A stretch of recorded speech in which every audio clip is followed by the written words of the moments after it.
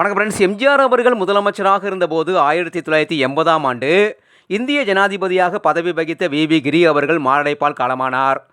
அவருக்கு இறுதி அஞ்சலி செலுத்தும் நிகழ்ச்சியில் முதலமைச்சர் எம்ஜிஆர் அவர்களும் எதிர்க்கட்சித் தலைவர் கலைஞர் கருணாநிதி அவர்களும் கலந்து கொண்டார்கள்.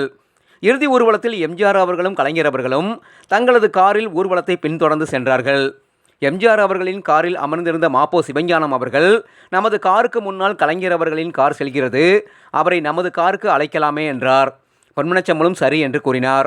முதல்வர் அழைப்பதாக கலைஞர் அவர்களிடம் சொல்லப்பட்டது. உடனே கலைஞர் அவர்களின் கார் நின்றது. கலைஞர் அவர்கள் இறங்கி வந்து பொன்மனச்செம்மலின் காரில் ஏறினார். பொன்மனச்செம்மலோடு பின் சீட்டில் அமர்ந்திருந்த மாப்போ சிவஞானம் அவர்கள் எழுந்து முன் சீட்டிற்கு செல்ல பொன்மனச்செம்மலும் கலைஞர் அவர்களும் காரின் பின் சீட்டில் ஒன்றாக அமர்ந்து வந்தார்கள்.